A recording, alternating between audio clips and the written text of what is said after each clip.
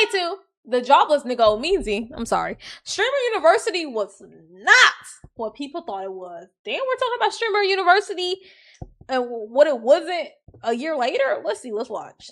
About a year ago, Castanet had arguably the biggest streamer event that we've seen in modern times. He invited a bunch of random content creators and some of his friends to a college campus in order to launch what was known as Streamer University. And although there was a ton of chaos that happened, for the most part, it was arguably one of the best things that happened for a lot of content creators. Now, doing something unprecedented like this would cause for unprecedented criticism, but I don't think that people really realized how much that Streamer University will go on to do so much good for the streaming world, and it will ultimately go on to change some of the streamers that were in its lives. If you try to recreate someone's whole flow, like let's say you try to do the DDG, it's not gonna work this time. If something pops one time, that method instantly gets patched. Why do you think that Streamer U gets such a bad rep? Because y'all didn't get in. Here we go. I remember her. She was the girl. You know what? I'm not even gonna bring that up. Not a bad thing to be remembered. Not a bad thing, because I'm sure, you know, he helped her a lot, but we don't have to keep mentioning it. If you're new to this and you haven't already, please hit that subscribe button. It's gonna go a long, long way for the channel. Come tag along for Omeezy University, right? We could build a bigger and greater community along the way. Now, back into the video. When Castanet announced his Streamer University, a lot of people thought it was the end-all be-all for streamers new coming into the space. They thought if they were to get on in this sort of event, they would have the finish line as opposed to a good starting point. And thus started the disingenuous grading. Why would you think it's the finish line? If that's not even Kai's finish line, or like, you know what I'm saying? Obviously, he's doing something even bigger, so he's continuing. Why would you think that's your finish line?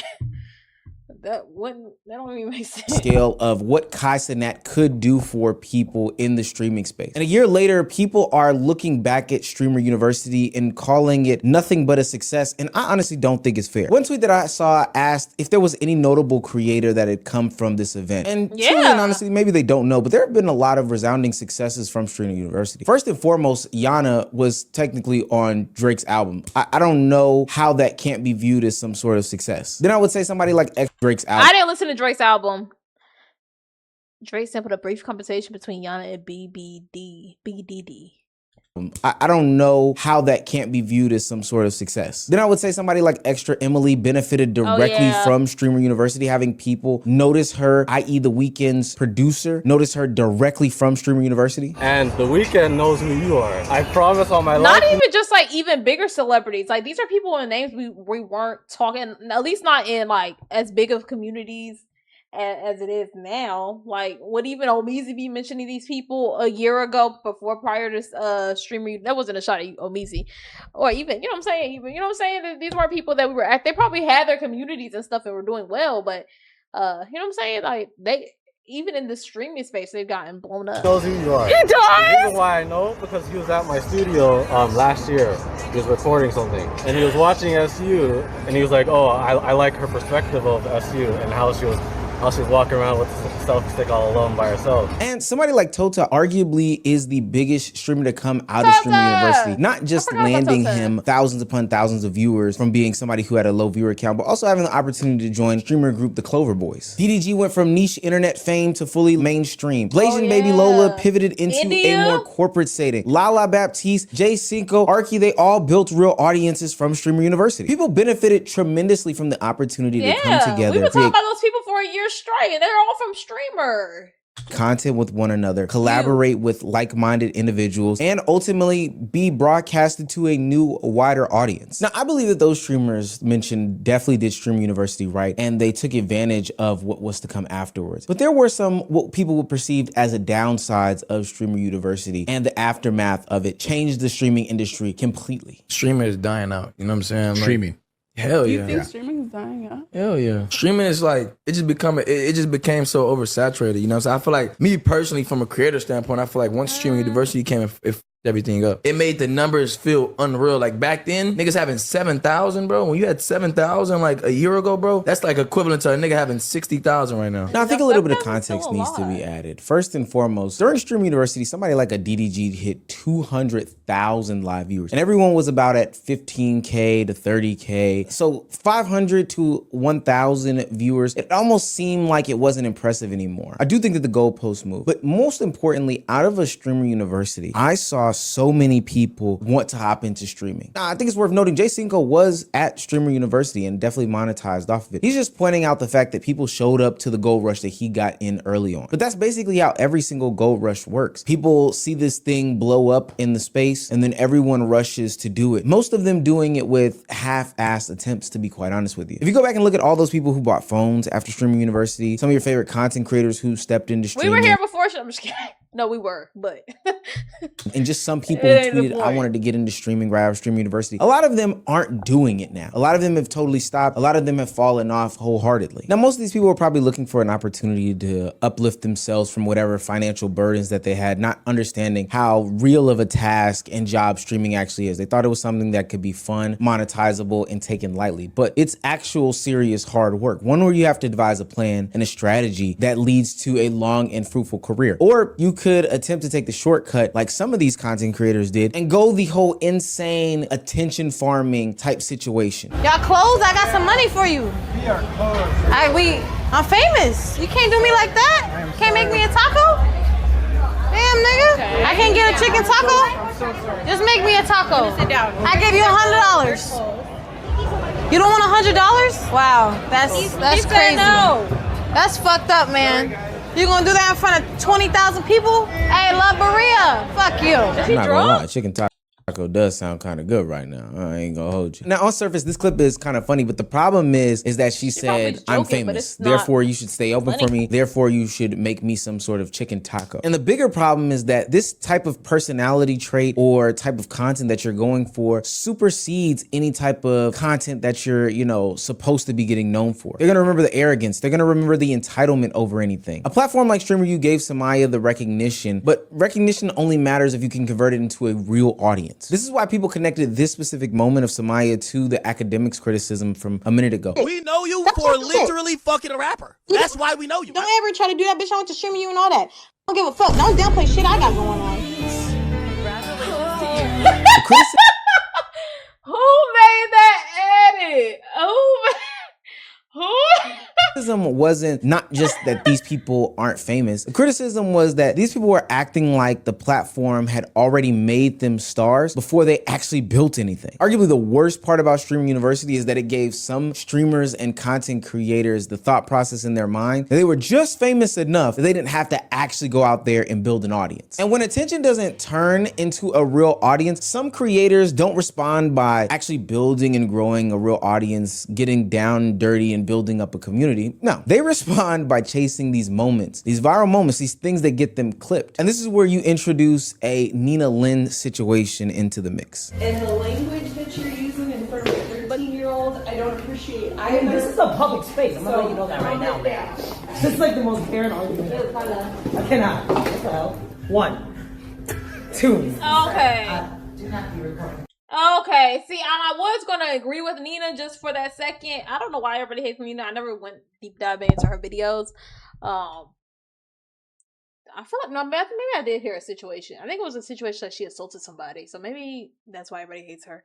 That just popped in my head. I was gonna say, okay, well, lady, it's a public space, bitch. If I want to cuss, I can cuss. You know what I'm saying? You need to take your daughter out of here. You know what I'm saying? I was gonna agree with her. I think we should be mindful of the children. I do think that, but you're not gonna check me, girl. I'm grown. But you doing all this thrusting and stuff, I'm now on her side. I'm so it's just me. Listen, we got no one else on there. 1, 2, fuck. Bitch. Why are you doing this in public? Shit.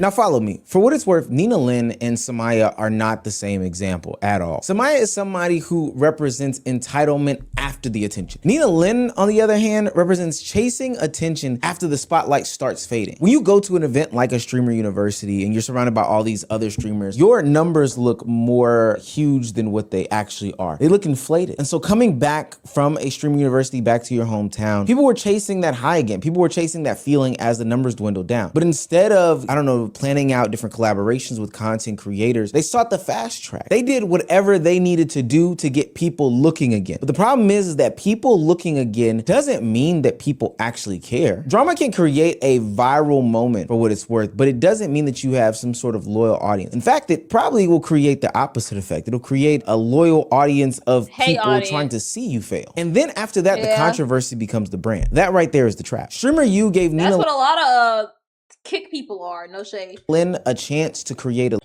lane, but the lane that she decided is something that people will mostly remember her for being controversial in. But not every failure looks loud and messy. Some people didn't crash the moment. They just let the moment pass them by. Indie Love presents a different type of missed opportunity. She already had the name recognition going into the event, so her issues weren't exposure. I've known India Love since about 2014 back in the Tumblr days. Her issue was more so about conversion. If you take a look at this screenshot, India Love had great viewership coming from Streamer University, but it dwindled, and it dwindled fast. One of the reasons why is because she most likely did not have any sort of identity or characteristic that would have people coming back to her streams and her content. Most of the time, she just decided to tether herself to a male streamer in the space, most notably DDG. And we all know how that ended up in her most notable moment post Streamer University. Breakout Streamer of the Year went to Breakout Streamer of the Year went to Adapt, and congratulations, and we respect you for what you did. But Rakai should have won Breakout Streamer of the Year and DDG. I don't care what y'all say. Shout out Rakai and shout out blah, blah, blah, blah, blah.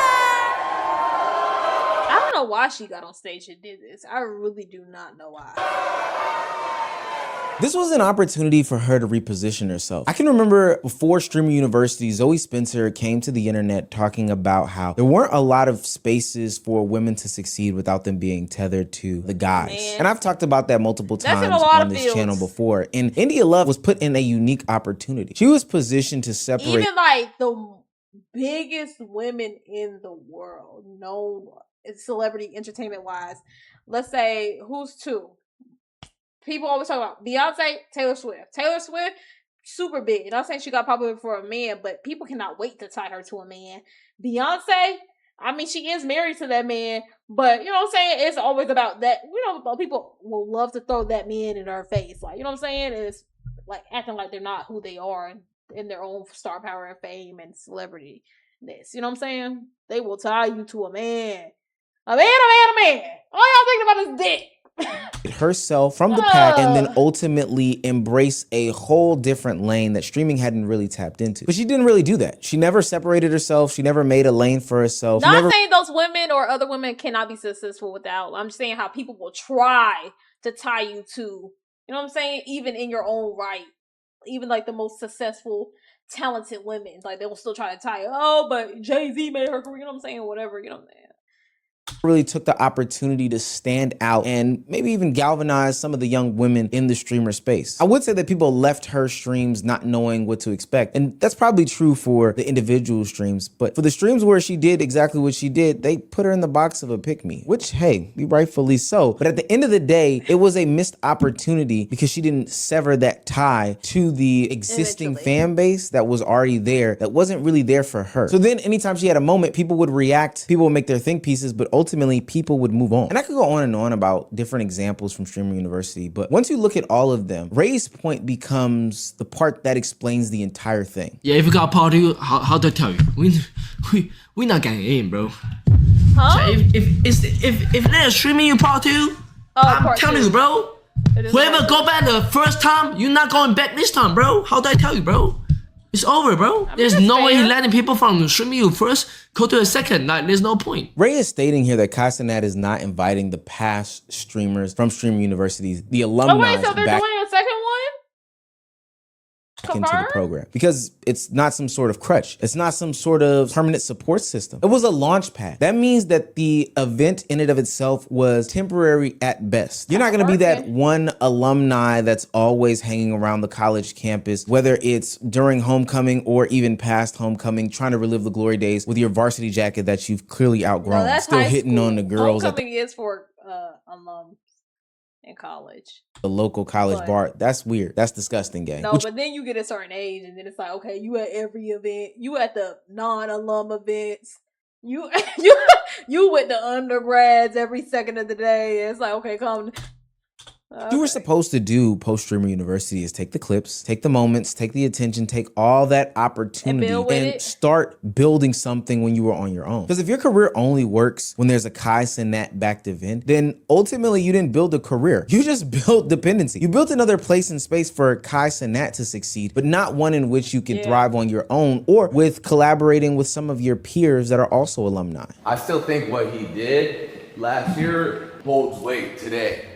Really? Yeah, Streamer University created how many, you know how much like further that pushed streaming University and how many like careers spawned off of that? Like, yeah, he could probably chill there for a minute. Anyone making any sorts of criticisms about what happened to any of the streamers from Streamer University, are there any successful ones, is being totally 100% disingenuous. And I think it's two reasons why they do this. One, I think it is a part to shade Kai Cenat because the internet's gonna take an opportunity to shade him regardless. But two, and I think more importantly, just because it doesn't exist on your timeline doesn't mean that it did not happen. So I've taken the opportunity to have conversation with a couple of alumni from Streamer University to ask about their experience. I remember seeing when it was happening, like a lot of people's, not a lot of people, I was seeing a common theme of people questioning like, oh, but it's all the attention's on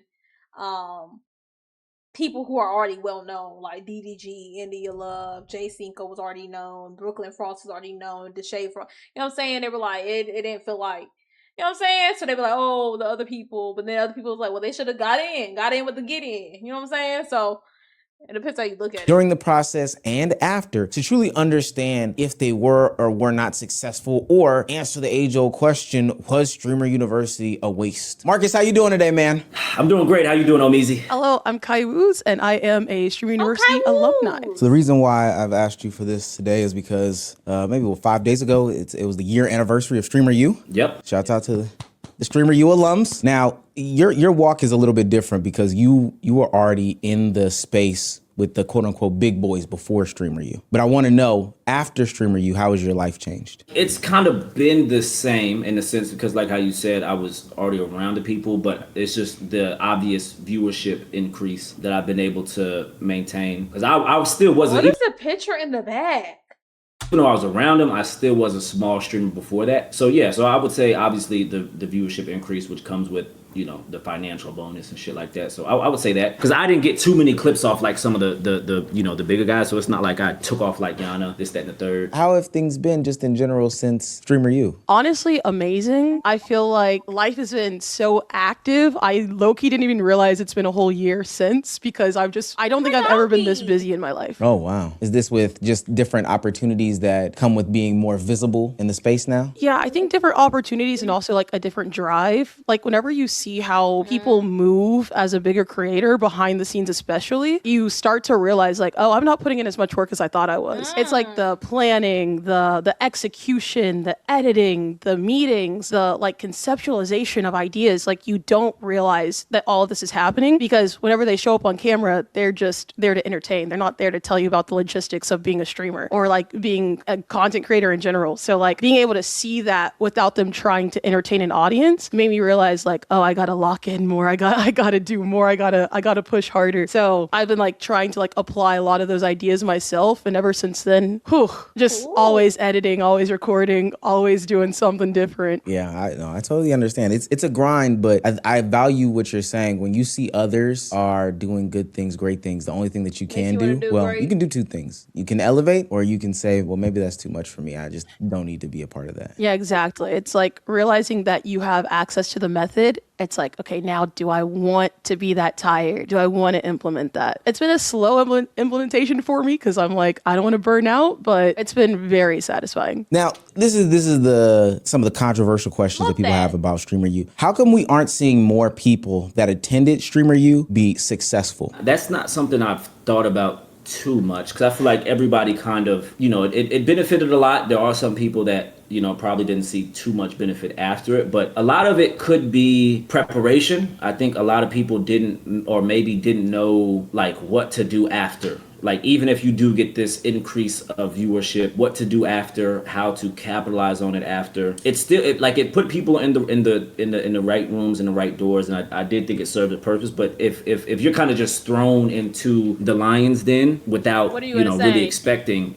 I feel like a lot of people would just kind of trying to find the most respect for what you said, but you're kind of like, even in like business, like you can get into the right rooms with people, right? You can get in front of CEOs, millionaires, billionaires, or whatever. Okay, you get there, and then what? And then what? You know what I'm saying? Like, what are you going to say? How are you going to pitch yourself? How are you going to introduce yourself? How are you going to make yourself known in the room? I feel like that's in any field, though.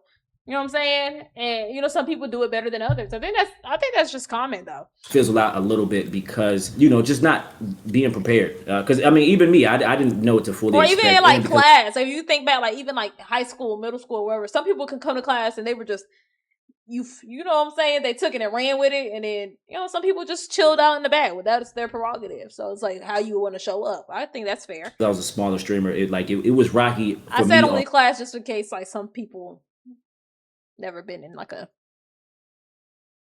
you know what I'm saying, in like any professional environment.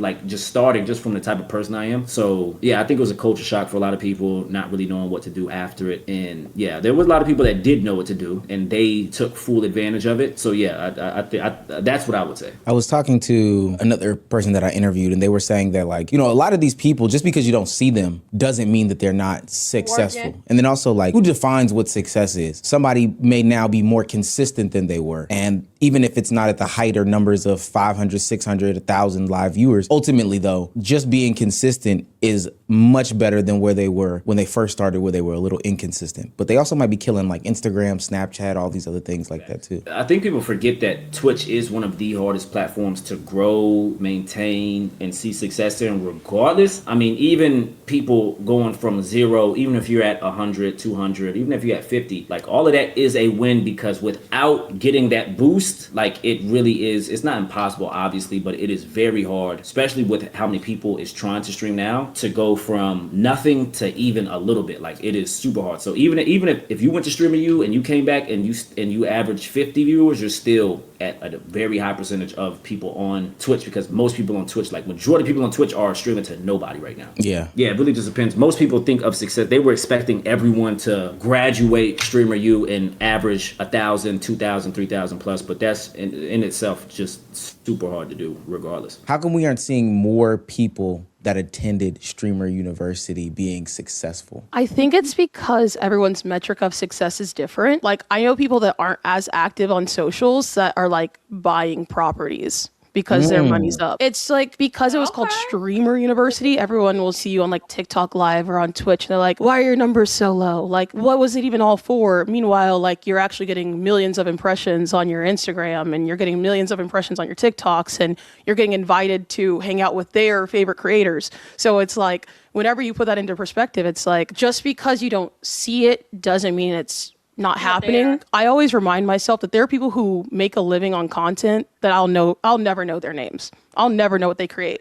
So it's like, just because we were introduced to a certain audience doesn't mean that was the audience that we necessarily belong to. Like, that wasn't our niche. I'm no Kai Snap. Like, I'm the first person to admit that I don't have that energy, and I don't have those ideas, and my personality doesn't fit into that. Whenever I was chasing that right off of Stream University, all I did was deplete my money and burn myself out, and realize like, oh, I like IRLing, but like, I don't need to like do it at this level, or I don't need to do these ideas specifically, because that's not my audience. That's not what I'm looking for. So I think a big part of it too is just like, we're not in your algorithm because you don't like our content. And I think that's fine. Like, because we have our audiences, we have our people, and the internet is so vast. So I think a lot of people are just like really in their zones, and it's not that they're not creating, it's just that they're in a different like area of the algorithm. I think people forget that the internet is so big. So just because you're not seeing me doesn't mean that I'm not working until one day, like, I pop back up on your algorithm, and then, I've got this going on, that going on, and you're probably like, oh, wow. I also think people like, because you see so many people blow up, and you see like the Kais and stuff, and even like Yanas and things like that who take off, and you're not even realizing how big they actually are. I remember when that thing with Kai Cenat and AMP, I remember they put it on Kai, but it was the AMP thing, and they were in New York, and a bunch of people showed up, and I remember them being like, oh, we didn't think it was like this though. Like, we didn't know we could even like really pull. I think people forget how big these audiences actually are sometimes. So they think like, oh, if you're not pulling these numbers, you know what I'm saying? Like, well, we're not seeing you at these. These are people pulling insane numbers. But I think you just see them so often, you think it's the normal. But those people are pulling insane. They're literally at the top of their game. Like, you know what I'm saying? Like, for years, but yeah, exactly. And it's like those people that people expect us to be around on camera, sometimes we don't fit into their content, but like behind the scenes, like even when like earlier in that clip with Jay Singo, when he was like, oh, people think, oh, it's like changed from like 80K and it used to be 7K was you was popping. Imagine 7,000 people watching you. Like, that's insane, right? I just think people's perspective, like since we see so many big creators doing the thing, you know what I'm saying? We just kind of expect, but the people from SU, especially like the professors, have been so incredibly helpful with like mentoring me over the course of this year. So it's like, just because I'm not popping out on a stream doesn't mean that those people aren't still helping me elevate my content to fit what I want to do for the rest of my life, basically. Why do you think Streamer U continues to get such a bad rep? I mean, if I'm be honest, as glazed as it sounds, I think most of it is just because it's under Kai's name. Like, if this was another streamer's idea that doesn't get as much hate, then I don't think it would see that much. And then I think a little bit of it too is like a lot of people will fuel the fire for the hate because they weren't picked. So some niggas are just like, it was some niggas that weren't even going to give it a chance, even though they were going to watch it, but they don't even give it a chance to praise it, because if niggas had super dreams, because there's a lot of people that for some reason, and I'm seeing it now, for if he does a second one, I'm seeing niggas post now where they think this is like end all be all. Like, I'm seeing people hit me up like, damn, I like they think like if I don't hit this, then, you know, like it's over with. So it's like it's people like that was like, okay, I need this so bad, I don't get it, and then okay, I'm just gonna kind of join in on the hate because who are these nobodies, and there was too many famous people and this, that, and the third. So it's like it's a culmination of a lot of it. But I think most of it is because it's under Kai's name.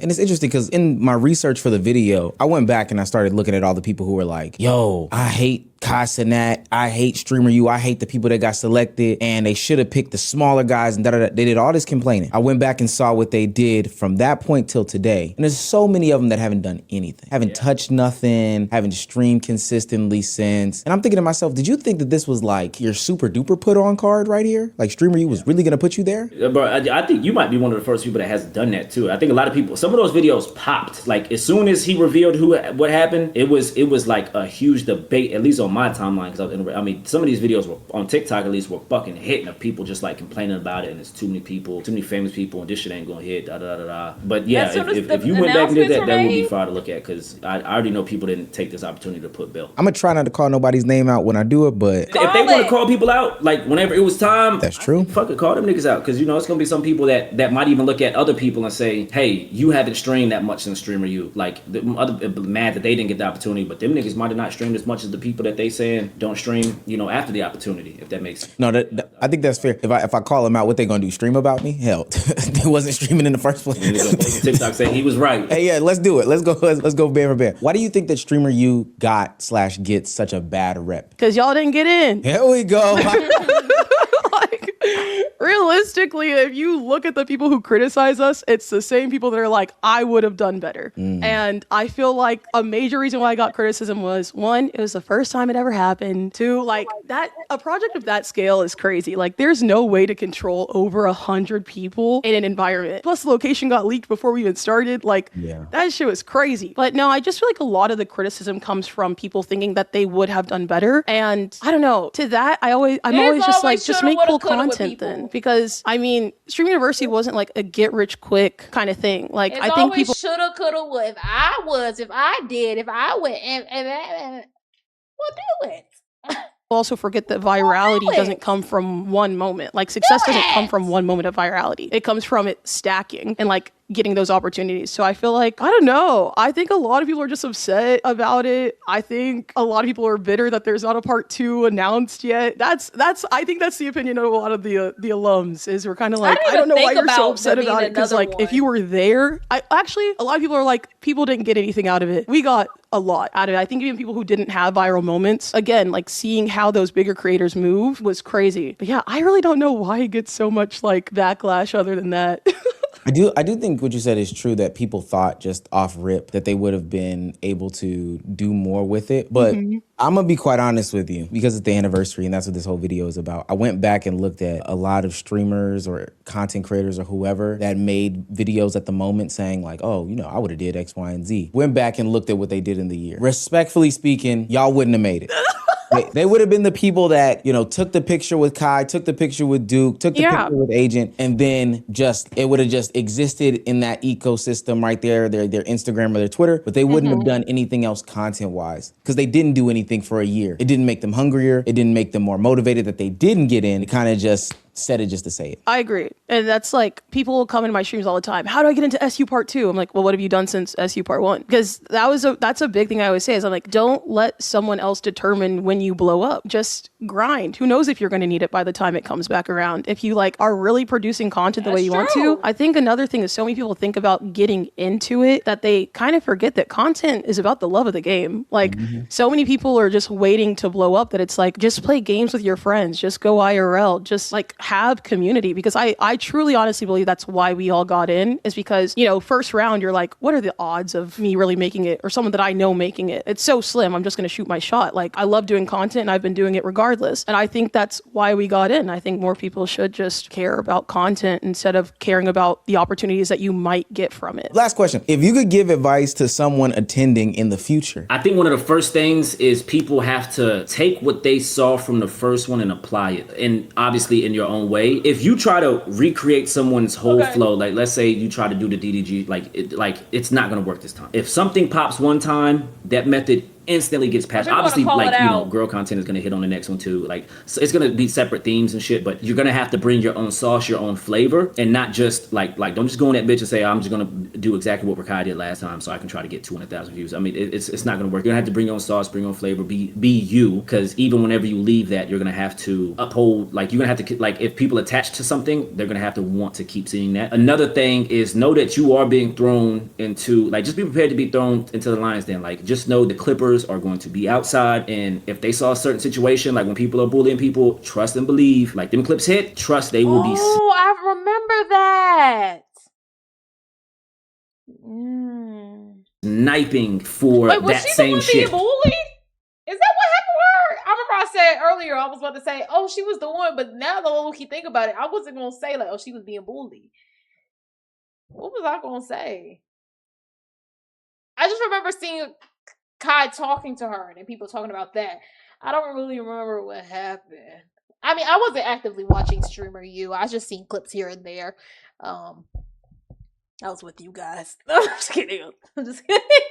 I was just kidding. So just know you might get bad clips. You got to know how to navigate it. Don't let it fuck your vibe up. Like, yeah, stay ready. I mean, it's gonna be some weird people that's clipping shit just trying to get themselves a banger. Y'all so lame. Y'all so lame. Imagine being in a great opportunity, a content dream, and you're like, well, let me go bully. Let me go be lame. It's like racist people. Like, let me just go be racist. Like, huh? Like, out of everything you could do. Just in the third, so be ready for that. And niggas have got to worry about your post-Streamer U strategy. What do you do after that? Look at the people that obviously took off after it. What did they do? And then how do you kind of apply that, obviously without biting one for one. I hate people that bite one for one, but add your creative spin to what, look at the people that did take off, look at the people that you would think are successful after it, and how can you apply that to your everyday stream after that? Because it's gonna have to be the hardest that you've ever worked after that. Like, as soon as Streamer U is done, there is no chilling. There is no damn that was a lot. It's none of that. It's gonna have to be, you're gonna have to be posting clips, socials, collabs, literally everything.